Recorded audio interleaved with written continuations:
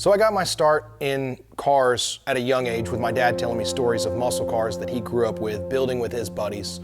And so I kind of followed suit with going down the American muscle road. And I started with a 1971 El Camino and then moved to C10s. And from there, it was Darts and Chevelles and Camaros, and kind of always had different project cars that always stayed with American muscle. Right around age 23, 24, I made some friends, and one of them had a 240SX, which kind of got me curious. And after a ride in it, kind of got into the whole drifting thing and decided, you know what, I'm gonna build a 240SX.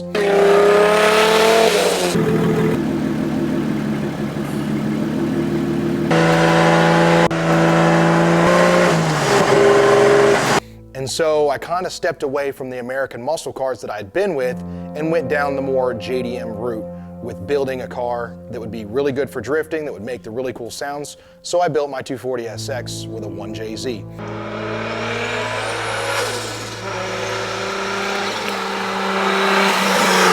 And I went way overboard with building that car, and in the end, I'm happy that I did it and I love the car that it is. But I knew that there was something else that I wanted. There was a second car I wanted to build that would be different than the drift car. Now last year, I got the chance of going to Touge Car and experiencing running the mountains up in Northwest Arkansas with the organizers of that, and really loved the event as a whole. It was fantastic, it was fun. And I realized that even though I was able to push the 240 pretty good through the corners, it just wasn't going to be what I wanted because it was built for drifting. So I decided, let's build another chassis, but let's make this one purposed for Touge. Let's make it a grip car that's going to be right where it needs to be in the corners, handling, balanced, and fun. So I started looking for a chassis after Touge Car. I looked around at Datsuns and I looked around at different Toyotas and even maybe building another Nissan, and thought, no, let's do something really unique. I want to do something that when you see it, you just feel it, that it's a Touge car. It has the heritage, it brings the smiles. It's just a really fun chassis that's going to be well balanced and handles great in corners. So I started looking around and I found a chassis and I thought, perfect, this is it. I've got the car I want to build.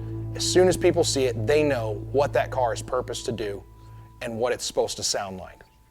So after acquiring the chassis, I decided, now the motor. Obviously the original motor wasn't going to cut it. It wasn't going to have the power. It wasn't going to have the sounds that I wanted. I was going to have to find a motor that would really flow well with the goal behind the car. An LS wasn't going to cut it just because I wanted to stay pure with Japanese cars. So I decided to go to a K24. I acquired a K24 out of California from HMO, and then from there bought the adapter kit and a CDO transmission to adapt to run a 6-speed manual behind the engine. The idea was to have a boosted 400, 450 horsepower motor that would sound good through the rev range and really balance the car out through the corners. So now came the task of building motor mounts, because this is a motor that's never been in this chassis, and so there's no off-the-shelf motor mounts. So with a little help from my buddy at Ardent Fabrication, Olaf, we were able to come up with a set of custom motor mounts. Now I wanted to one-up it and really throw a monkey wrench in all of this, and that was to make this car technically a mid-engine car. I wanted this car to be balanced and handle like no other. I wanted to be able to push my buddy in his Porsche up and down the mountainside and go in every corner and know that I could trust the car through those corners. So I'm going to build something that's never been done before, and that's actually going to be a mid-engine K-swapped Japanese chassis.